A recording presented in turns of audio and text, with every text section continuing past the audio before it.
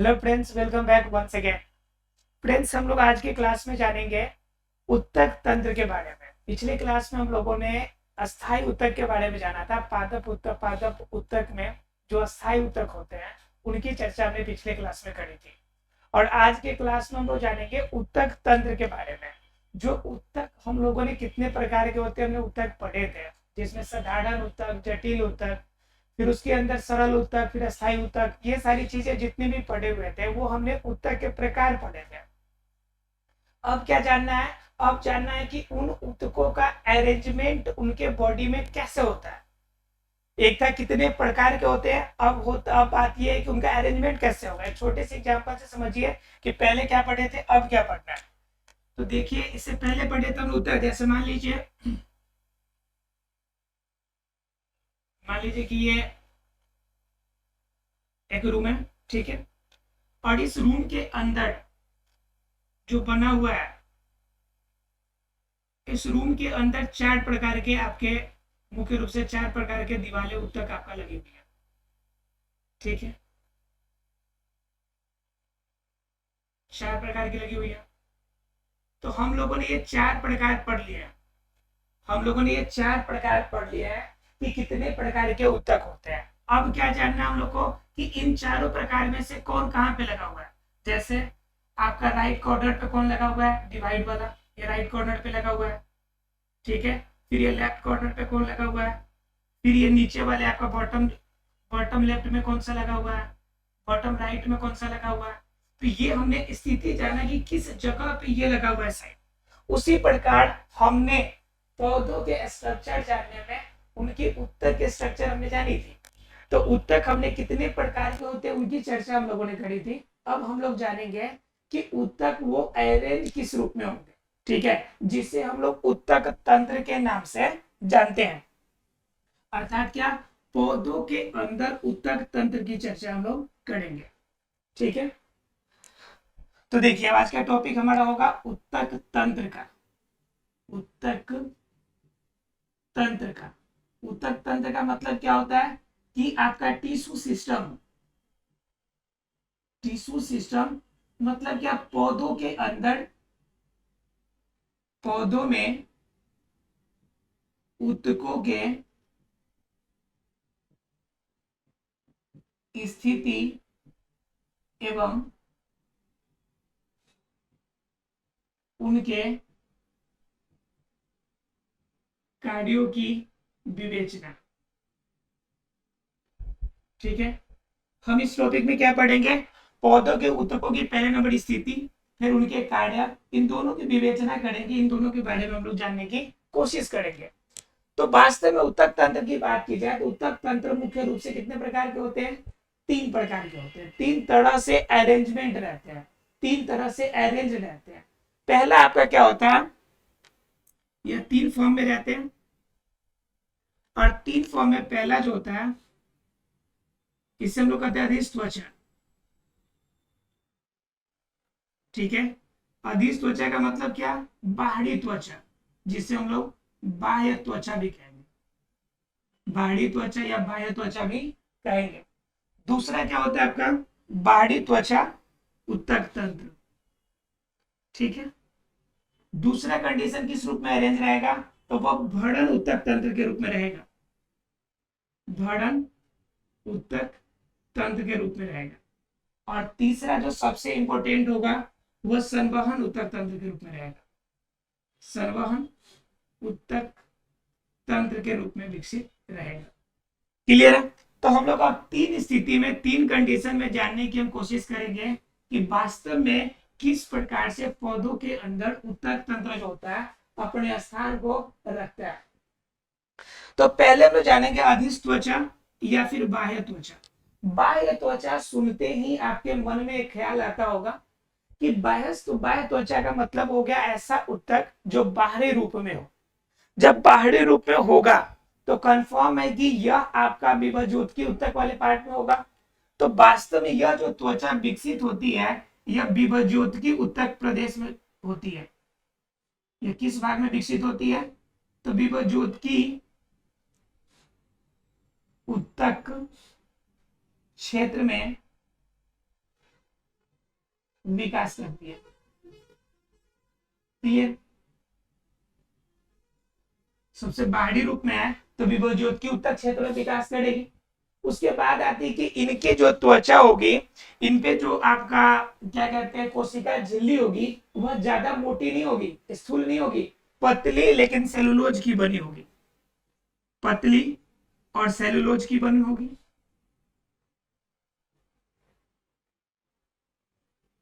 ठीक है, और क्या होगी भाई? तो इनके अंदर कोशिका रस मिलेगा। क्या मिलेगा हमें? कोशिका रस मिलेगा। क्लियर? कोशिका रस मिलेगा। और क्या मिलेगा भाई? तो इनके अंदर और मिलेगा रिक्तिका। क्या मिलेगा? रिक्तिका। और यह रिक्तिका वास्तव में क्या करता है कि भोज्य पदार्थों को स्टोर करने का काम करता है। मतलब क्या? घुलित अवस्था में, घुलित अवस्था में जो भोज्य पदार्थ है, जो भोजन वाले आइटम है, उनको स्टोर करने का काम किसका है जिम्मेवारी? रिक्तिका की जिम्मेवारी होती है। तो कोशिका रस हो गया, रिक्तिका हो गया, इनमें सेलुलोज होगी, और ये विकसित किस तरफ होगा? तो विभवज्योत के क्षेत्र में यह विकसित होगा। सामान्य रूप से क्या होता है कि इनकी जो लेयर होती है वह एक स्तरीय होती है। कैसी होती है? एक स्तरीय होती है। लेकिन जो ज्यादा विकसित पौधे हैं, जैसे मान लीजिए बरगद का पौधा हो गया, ठीक है, ज्यादा पुराना, ज्यादा बड़े होंगे, तो वैसे कंडीशन में यह बहुस्तरीय भी हो सकती है। कैसी हो सकती है? बहुस्तरीय भी हो सकती है।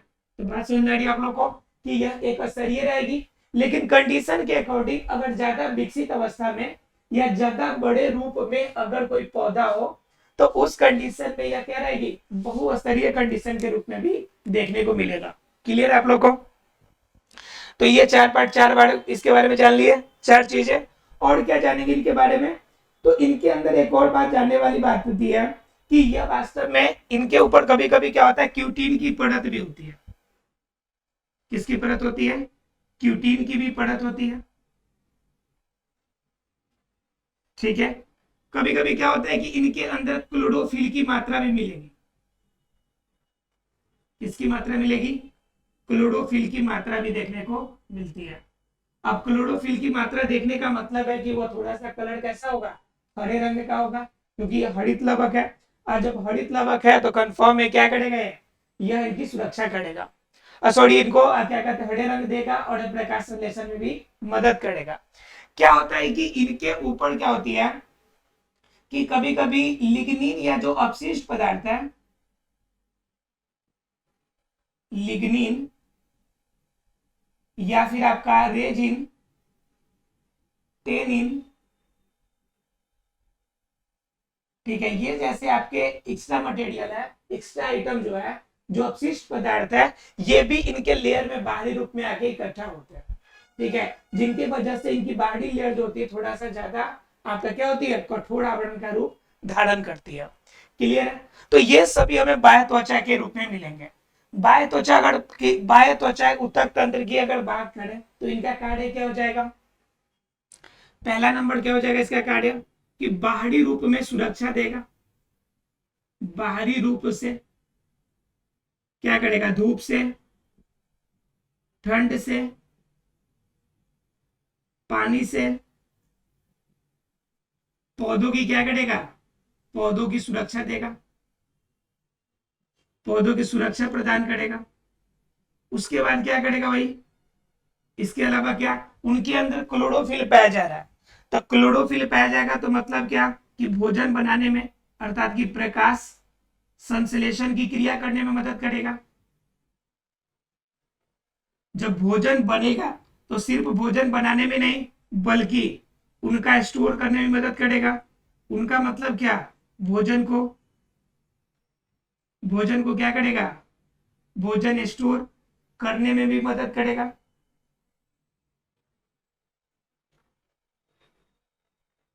भोजन को स्टोर करने में भी मदद मिलेगा। तो इस तरह से क्या होगा कि ये इनके कार्य हो जाएंगे। किनके? तो बहिस्त्वचा के। अब बाह्य त्वचा में एक और बात आप जानने वाली बात होती है, ये कार्य हो गए। एक और जानने वाली बात होती है कि बाह्य त्वचा के अंदर भी आपके इनके भी दो पार्ट होते हैं, दो हिस्सों में बाह्य त्वचा को भी हम लोग बांटते हैं। तो अगर बाह्य त्वचा क्लियर हो गया होगा, इनके दो पार्ट के बारे में चर्चा करेंगे। मुख्य रूप से यह विभज्योति उत्तक के क्षेत्र में पाया जाएगा। पतली सेलुलोज की बनी होगी, कोशिका रस मिलेगी, रिक्तिका मिलेगी। ठीक है, यह एक स्तरीय सामान्य रूप से होगा, लेकिन बरगद जैसे जब बड़े पौधे होंगे तो उनमें बहुस्तरीय लेवल भी हमें देखने को मिलेगा। इसमें क्यूटीन की भी परत होती है, क्लोरोफिल की मात्रा पाई जाती है इसमें। इसके अलावा लिग्निन, रेजिन, टेनिन, ये सारे मटेरियल आइटम की वजह से बाहरी रूप में यह ठोस भी आपको देखने को मिलता है।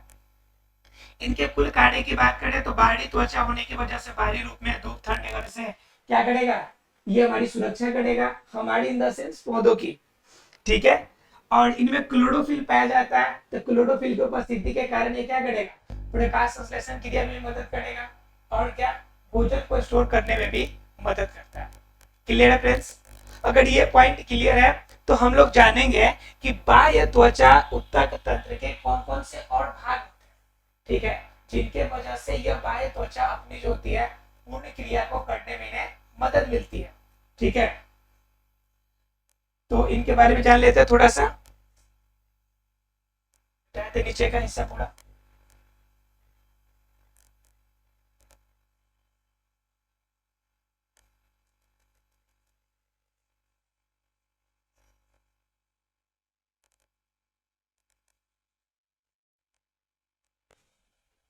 देखिए। अब इनके पार्ट के बारे में जानेंगे तो इनका पहला पार्ट आता है रंध्र, जिसे हम लोग एस्टोमेटा कहते हैं। नाम सुना होगा आप लोगों ने, एस्टोमेटा। और एस्टोमेटा के बारे में हालांकि आपने पढ़ा भी होगा, ठीक है, लेकिन इसमें थोड़ा सा ज्यादा पढ़ने को मिलेगा एक्स्ट्रा। देखिए, इसके पहले सब पार्ट के रूप में बात करें, ये नाम दे देते हैं, इसका नाम है आपका रंध्र। रंध्र को क्या कहते हैं, एस्टोमेटा कहते हैं। वास्तव में एस्टोमेटा जो होता है वो क्या करता है कि पत्तियों के दोनों तरफ पाया जाता है। मान लीजिए पत्तियां, तो पत्तियां का एक हिस्से में नहीं, ऊपर वाले हिस्से में भी और नीचे वाले हिस्से में भी, दोनों तरफ आपको क्या देखने को मिलेंगे, एस्टोमेटा हो, यानी एस्टोमेटा वाले रंध्र देखने को मिलेंगे। अब एस्टोमेटा के अंदर वास्तव में कितने पार्ट्स होते हैं, तो एस्टोमेटा के अंदर भी तीन भाग होते हैं, तीन चीजों से मिलकर आपका एस्टोमेटा बनेगा। एक तो क्या होगा, बिल्कुल बीच वाला रंध्र, ठीक है, एक तो होगा उनका रंध्र, छोटा रंध्र, पहला केस होगा छोटा सा रंध्र होगा एस्टोमेटा का, होल का। उसके बाद क्या होगा, उनके बाहरी रूप में, एस्टोमेटा जब रंध्र है तो रंध्र को कवर करने के लिए, उनको बाहरी रूप में किसी भी तरह कोई प्रॉब्लम नहीं हो, उनके लिए उसके ऊपर एक गार्ड सेल होता है। क्या होता है, गार्ड सेल होता है, जिसे हम लोग और किस नाम से जानते हैं, इसे हम लोग द्वार कोशिका के नाम से भी जानते हैं। किस नाम से जानते हैं, द्वार कोशिका के नाम से। ठीक है, तो ये छोटा रंध्र हो गया, उसके नीचे गार्ड सेल हो गया, और गार्ड सेल जो होंगे उनके बगल में इनको सहायता देने के लिए सहायक कोशिका भी पाई जाती है। क्या पाई जाती है, सहायक कोशिका। मतलब सीधे शब्दों में कहा जाए तो एक छोटा सा रंध्र, गार्ड सेल और सहायक कोशिका, ये जब तीनों एक साथ मिलेगी तो क्या बनाएगी, हमारा एस्टोमेटा या रंध्र का निर्माण होगा। क्लियर है आप लोगों को? अर्थात एस्टोमेटा का निर्माण वास्तव में छोटा सा एक रंध्र होता है, उस रंध्र के आकार को बड़ा या छोटा करने के लिए, जैसे प्रकाश संश्लेषण की क्रिया, प्रकाश संश्लेषण की क्रिया है तो अंदर क्या होगी कि धूप की मात्रा कम जाएगी या ज्यादा, तो इसको कंट्रोल करने वाला कौन होना चाहिए, ठीक है, तो उनके कंट्रोल करने के लिए इनके अंदर क्या पाया जाता है, ये रंध्र। ये रंध्र के क्या होते हैं कि रंध्र का जो ये द्वार कोशिका होती है, यह द्वार कोशिका क्या करती है, ये मदद करती है कि आपका सूर्य की किरण का कितना प्रकाश अंदर तक जाएगा। इस किसका काम है, गार्ड सेल का, अर्थात की द्वार कोशिका का। उसके बाद क्या है कि जब ये छोटा रंध्र अंदर एक्सेप्ट करेगा और सहायक कोशिका क्या करेगी कि उन किरणों को आगे बढ़ाने का काम करेगी। तो ये आपका कुछ पौधों में सिर्फ एक ही लेयर में पाया जाता है, नीचे ही मिलेगा, कुछ पौधों में दोनों तरफ पाए जाते हैं, और कुछ ऐसे भी पौधे होते हैं जिन पौधों में क्या होता है, जिन पौधों में इस दोनों के अतिरिक्त, इन दोनों के अतिरिक्त शरीर के अन्य हिस्सों में भी पाए जाते हैं। जैसे मान लीजिए कि आप मरुद्वीर पौधों में जाए, जो पौधे आपके रेगिस्तानी इलाका में रह रहे हैं, तो रेगिस्तानी वाले में क्या होगा कि उनका शरीर तो आपका पूर्ण रूप से विकसित नहीं होगा, क्योंकि वास्तव में रंध्र से वाष्पोत्सर्जन की क्रिया होती है, और जब वाष्पोत्सर्जन की क्रिया होगी तो उस कंडीशन में पानी की मात्रा घटेगी बॉडी में, और पौधों को पानी की आवश्यकता ज्यादा पड़ती है। तो उस कंडीशन में अगर ज्यादा वाष्पोत्सर्जन की क्रिया होगी तो आपका पानी की अवेलेबिलिटी की ज्यादा जरूरत पड़ेगी, तो उस कंडीशन में पौधे को मर जाना पड़ेगा रेगिस्तानी इलाके में। तो इस वजह से क्या होता है कि उन क्षेत्रों में उनके जो रंध्र वाले पार्ट है वो मिट्टी के नीचे दबे रहते हैं, ठीक है। और ऐसा नहीं कि उस अक्रिय अवस्था में रहते हैं, वहां भी वो सक्रिय अवस्था में रहते हैं, ताकि वाष्पोत्सर्जन की क्रिया कम से कम हो सके। कुछ आपके स्टोमेटा छिद्र के पास आपका क्या होता है, कांटा भी निकले रहते हैं, जिनसे वाष्पोत्सर्जन की क्रिया कम, ठीक है। तो अलग अलग केसेस है। क्या होता है कि यह सामान्य रूप से जितने स्थलीय पौधे होंगे उन पौधों में यह पाया जाए, लेकिन जो पौधे जलीय होते हैं, मतलब जिनका पूरा शरीर धरती के सॉरी पानी के अंदर डूबा रहता है, उनमें जो स्टोमेटा छिद्र होगा तथा जलीय पौधों में यह निष्क्रिय अवस्था में रहता है। जलीय पौधों में निष्क्रिय अवस्था में रहता है, क्लियर, निष्क्रिय रहेगा, पहला नंबर बात। दूसरा नंबर क्या होगा, जलीय पौधों में भी कुछ ऐसे पौधे होते हैं जो तैरने वाले होते हैं, जैसे कुमुदिनी का पौधा देखे होंगे आप, जलकुंभी का पौधा देखे होंगे आप। तो कुछ ऐसे पौधे होते हैं जो जल में भी तैरने वाले पौधे होते हैं, तैरने वाले पौधे होते हैं। तो उस कंडीशन में उनके पौधे जो ऊपरी वाला हिस्सा होगा, उन पौधों में क्या होंगे, यह आपका स्टोमेटा जो होगा सक्रिय अवस्था में पाया जाएगा। स्टोमेटा किस अवस्था में पाया जाएगा, सक्रिय अवस्था में पाया जाएगा, क्लियर है। अब अगर बात कर ले कि स्टोमेटा का वर्ग क्या है, काम क्या है, स्टोमेटा रंध्र की अगर कार्य की बात किया जाए तो ये वास्तव में काम क्या करेगा। पहला नंबर कार्य की बात करेंगे तो पहला क्या करेगा कि वायुमंडल में कार्बन डाइऑक्साइड, वायुमंडल से कार्बन डाइऑक्साइड को लेना और वायुमंडल में ऑक्सीजन को देना, मतलब क्या, गैसों के संतुलन बनाने में मदद करता है, गैसों के संतुलन बनाए रखने में मदद करेगा।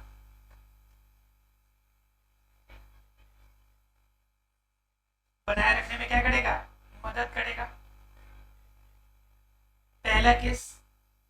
दूसरा केस क्या होगा कि यह वाष्पोत्सर्जन क्रिया में प्रमुख भूमिका निभाएगा, वाष्पोत्सर्जन की क्रिया में महत्वपूर्ण भूमिका निभाएगा, की क्रिया में भूमिका निभाएगा, राइट। तो अर्थात कि दो मुख्य काम हो जाएंगे कि एक कार्बन डाइऑक्साइड और ऑक्सीजन के गैसों का संतुलन बनाएगा, तो दूसरा क्या करेगा, इनको आपका वाष्पोत्सर्जन की क्रिया में इसकी मुख्य भूमिका निभाएगा, अर्थात वाष्पोत्सर्जन क्रिया करेगा। अब वाष्पोत्सर्जन आ गई है तो थोड़ा सा वाष्पोत्सर्जन क्रिया के बारे में जान लीजिए। वाष्पोत्सर्जन क्रिया वास्तव में अगर देखा जाए तो अलग अलग पौधों में यह रंध्र जो होती है, रंध्र के संख्याओं के आधार पर डिपेंड करती है। जैसे नॉर्मल केसेस में अगर जाइएगा तो नॉर्मल केसेस में यह आपका 1 स्क्वायर मिलीमीटर, ध्यान समझिएगा, पौधों के 1 मिलीमीटर स्क्वायर क्षेत्र में कितने, 250 से लेकर 300, 250 से लेकर 300 रंध्र पाए जाते हैं। ये देखिएगा बाबू, एवरेज है ये क्या है, हमारा एवरेज है, कोई फिक्स नहीं है। ये 250 से 300 के बीच में आपके रंध्र पाए जाएंगे प्रति मिलीमीटर स्क्वायर के हिसाब से।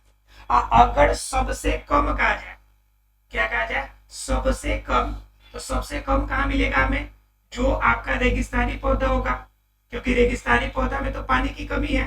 तो रेगिस्तानी पौधा जो होंगे, अर्थात जिससे हम लोग मरुद्भिद कहेंगे, अर्थात कि रेगिस्तानी अर्थात कि मरु क्षेत्रों में रहने वाला, तो रेगिस्तानी पौधों में इनकी जो संख्या होगी वह घट के कितना हो जाएगी, आपका 14 से 18 हो जाएगी, 14 से 18 हो जाएगी रंग, क्या, प्रति मिलीमीटर स्क्वायर क्षेत्र में, क्लियर। अधिकतम अगर बात कीजिएगा तो अधिकतम जो मिलेगा 1300 रंध्र पर मिलीमीटर स्क्वायर। क्लियर है? मतलब क्या, पौधों में जब एवरेज की बात कीजिएगा, जब औसतन बात कीजिएगा, तो औसतन में क्या आएगा आपका 250 से लेकर 300 औसतन में। लेकिन अगर सबसे कम की बात कीजिएगा तो ये आएगा 14 से 18 रंध्र प्रति मिलीमीटर स्क्वायर क्षेत्र में।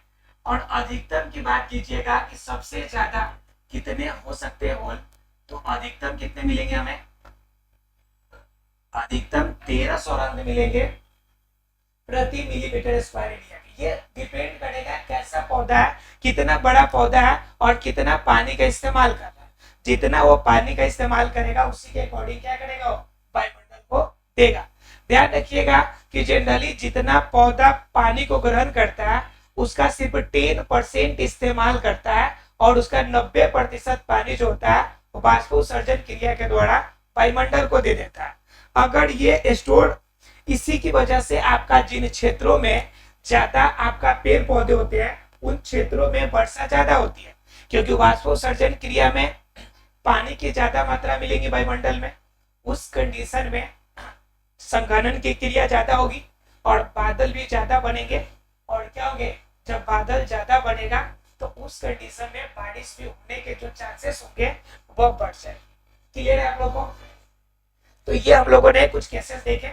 अब जानेंगे हम लोग इसके बारे में, अब देखेंगे हम इसके दूसरे पार्ट। पहला तो रंध्र था, अब दूसरा जानेंगे इनके बारे में, रोम के बारे में। आपने सुना होगा मूल रोम, त्वचीय रोम, अलग अलग रूप में रोम पाए जाते हैं, ठीक है, जिसे हम अधिचर्म ऊर्ध्व कहते हैं। ये क्लियर है आप लोगों को? अब जानेंगे हम लोग अधिचर्म ऊर्ध्व के बारे में।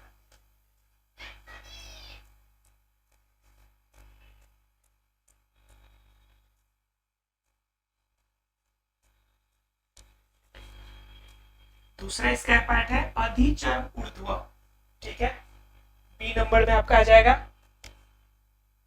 बी नंबर इसका हो जाएगा अधिचर्म, अधिचर्म ऊर्ध्व, ठीक है। इसके अंदर क्या आएंगे, तो इसके अंदर रोम आएंगे, इसके अंदर क्या आएंगे, रोम। अब रोम में भी अलग अलग होता है, एक त्वचीय रोम होता है, त्वचीय रोम होता है, उसके बाद आपने सुना होगा मूल रोम होता है,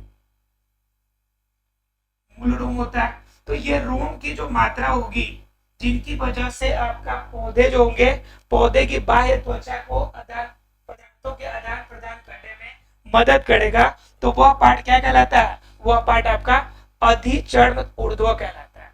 मूल रोम वास्तव में क्या करता है कि पौधों के जल संतुलन में मदद करता है, पौधों को जल संतुलन में मदद करता है। अभी हमने देखा था किसे, स्टोमेटा को, जो गैस संतुलन में मदद करता था। देखिए यहां से, ये गैसों के संतुलन में मदद करता था, और अधिचर्म ऊर्ध्व जो है यह पौधों के जल संतुलन में क्या करेगा, मदद करेगा। त्वचीय रोम क्या करेगा कि बाहरी रूप में कोई भी अगर पदार्थ का आगमन होगा तो उसे अंदर ले जाने में, कैच करने में, पकड़ने में उसकी क्या करेगा, मदद करेगा। यह किसका आपका काम है, आपका ऊर्ध्व, आपका अधिचर्म ऊर्ध्व। अब क्या होता है कि इनके अंदर रोम भी कभी कभी अलग अलग रूप में, ठीक है। इन रोम में क्या होता है कि कुछ रोम क्या करते हैं कि दंश कोशिका की तरह काम करते हैं। किसकी तरह काम करेंगे, दंश कोशिका की तरह। अब दंश कोशिका का मतलब कि उनके बॉडी में टच होती है तो जिस तरह से विषैला पदार्थ निकलता है वैसा विषैला पदार्थ निकल सकता है। कुछ आपके जितने भी पीछे आपका क्या कहते हैं, जितने भी कीटभक्षी पौधे हैं, जितने भी कौन पौधे हैं, कीटभक्षी पौधे हैं, उन कीटभक्षी पौधों में जो एंजाइम्स का स्रवण होता है, जो एंजाइम्स निकाला जाता है, उन एंजाइम्स के स्रवण में, उन एंजाइम्स के क्या श्रवण क्रिया के लिए भी ये मददगार होते हैं। जो एंजाइम्स स्रावित होते हैं, यह एंजाइम्स भी आपका कौन निकालता है, यह रोम ही एंजाइम्स को श्रावित करता है। तो सीधे शब्दों में कह सकते हैं कि अधिचर्म ऊर्ध्व जो है यह एक महत्वपूर्ण भूमिका निभाता है, किसके लिए, बाह्य त्वचा। क्लियर है आप लोग को? तो ये पार्ट हो गया आपके क्या, बाह्य त्वचा। बाह्य त्वचा के हमें कितने पार्ट जाने, दो पार्ट जाने, एक कौन सा, स्टोमेटा, और दूसरा क्या, अधिचर्म ऊर्ध्व। क्लियर है? अब हम लोग जानेंगे बढ़न ऊतक और संवहन ऊतक के बारे में। ठीक है, दो ऊतक तंत्र है हमारे पास, एक बढ़न ऊतक तंत्र और एक संवहन ऊतक तंत्र। तो देखिए बढ़न ऊतक तंत्र क्या होगा कि यह जो बाह्य त्वचा है बाहरी रूप में तो मदद कर रहा है, मतलब बाहरी रूप से बाहरी आघातों से बचा रहा है, बाहरी जो समस्या है उनसे बचा रहा है। और बढ़न ऊतक तंत्र क्या करेगा, जिस तरह से बाह्य था तो बाह्य से आपने कोड को डिकोड किया तो क्या निकल के आया कि बाहरी रूप में रहेगा, जो बाहरी रूप में सुरक्षा देगा। उसी तरह से बढ़न ऊतक तंत्र में आपके दिमाग में चलना चाहिए कि ये बढ़न ऊतक जो कहाँ रहेगा, तो यह बाह्य त्वचा के नीचे पाया जाए, बाह्य त्वचा के नीचे पाया जाए। क्लियर। और ये वास्तव में बनेंगे किससे, तो वास्तव में इनके अंदर जो आपका स्थूल ऊतक है, स्थूल कोण ऊतक, स्थूल कोण ऊतक और आपके दृढ़ ऊतक इसमें पाए जाते हैं। लेकिन इसमें कुछ स्तर में आपको मृदु ऊतक भी देखने को मिलता है, लेकिन मुख्य रूप से आपको कौन सा ऊतक देखने को मिलेगा, स्थूल कोण और दृढ़ ऊतक देखने को इसमें मिलता है। किसमें, तो आपका बढ़न ऊतक। बढ़न ऊतक वास्तव में क्या करता है कि पौधे के बाह्य त्वचा को सपोर्ट करने का काम करता है। इसका कोई बड़ा रोल नहीं होता है, लेकिन मुख्य रूप से क्या करता है, बाह्य त्वचा को मदद करता है। लेकिन बढ़न ऊतक तंत्र के अंदर भी आपके क्या होते हैं, चार पार्ट इनके अंदर भी होता है, जिनमें सबसे प्रमुख भूमिका निभाता है आपका कॉर्टेक्स। कौन भूमिका निभाता है, कॉर्टेक्स। कॉर्टेक्स जो होता है बढ़न ऊतक का सबसे बाहरी पार्ट होता है, सबसे बाहरी स्तर होता है। और इसके अंदर क्या होता है, कॉर्टेक्स के अंदर कभी कभी क्लोरोफिल की मात्रा भी पाई जाती है। किसकी मात्रा पाई जाती है, क्लोरोफिल की। और कॉर्टेक्स के जिस पार्ट में क्लोरोफिल की मात्रा होगी तो वह आपका क्लोरेनकाइमा के नाम से भी जाना जाता है। किस नाम से जाना जाएगा, क्लोरेनकाइमा। क्लियर। तो क्लोरेनकाइमा जब होगा अर्थात क्लोरोफिल की मात्रा होगी तो पौधों को भोजन में मदद करेगा। भोजन के अलावा भोजन को स्टोर करने में भी मदद करेगा। ठीक है। और कॉर्टेक्स क्या करेगा, कॉर्टेक्स अपने आप में भी फिर तीन पार्ट में बढ़ता है। कॉर्टेक्स जो होगा अपने अंदर भी क्या करेगा, इसको तीन पार्ट में बांटेगा, जिसमें पहला भाग होता है अधस त्वचा। अधस त्वचा पहला पार्ट, इसका दूसरा पार्ट सामान्य कॉर्टेक्स, सामान्य कॉर्टेक्स, और तीसरा जो होता है अंतस त्वचा। ठीक है, ये टोटल कितने पार्ट हो गए, इनके आपके तीन पार्ट होते हैं। ठीक है, एक आपका कौन सा, एक अधस त्वचा, सामान्य कॉर्टेक्स और आपका अंतस त्वचा, तीन पार्ट में होगा। आपका सबसे बाहरी लेयर जो होगा अधस त्वचा होगा, बीच वाला लेयर सामान्य कॉर्टेक्स होगा और सबसे अंदर वाला कौन होगा, अंतस त्वचा। ये ध्यान रखना है आपको कि सामान्य कॉर्टेक्स जो होता है वास्तव में यह क्या करता है, संवहन बंडल को सहारा देता है, संवहन बंडल को सुरक्षा भी देता है। सुरक्षा कौन देगा भाई, तो सामान्य कॉर्टेक्स देगा। अंतस त्वचा क्या करेगा, ये संवहन बंडल में फैला रहता है, संवहन बंडल में बिखरा रहेगा।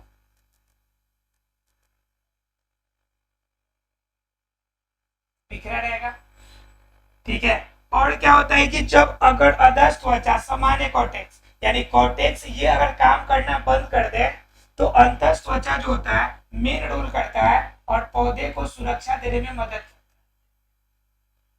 किसमें मदद करेगा, सुरक्षा देने में मदद करेगा। कब, जब अधस त्वचा असामान्य कॉर्टेक्स काम करना बंद कर दे। और सबसे ऊपरी रूप में कौन रहेगा, तो अधस त्वचा सबसे ऊपरी भाग होती है इसकी। क्या, तो सबसे बाहरी भाग, सबसे ऊपरी भाग अधस त्वचा, उसके बाद सामान्य कॉर्टेक्स और सामान्य कॉर्टेक्स के अंदर क्या होगा आपका अंतस त्वचा। क्लियर है। अब क्या होता है कि कॉर्टेक्स, तो यह पहला पार्ट था इसका बढ़न ऊतक का, पहला पार्ट। अगर इसके आपके बढ़न ऊतक के दूसरे पार्ट की चर्चा करें जो इसके अंदर पाए जाते हैं कि दूसरे प्रकार की अगर बात करें तो इनके दूसरे प्रकार कौन आते हैं, तो वो है आपके पेरीसाइकल। पेरिसाइकिल मतलब क्या, जब कॉर्टेक्स किसी भी रूप में काम ना करे, पूरी कॉर्टेक्स का काम खत्म, कॉर्टेक्स के बाद एक लेयर के रूप में, एक स्तर के रूप में पाया जाएगा,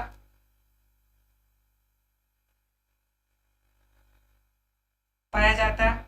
ये क्या करेगा, आंतरिक रूप में अंदर से मजबूती देगा, पौधे को मजबूत रखेगा, मजबूती देगा, ठीक है।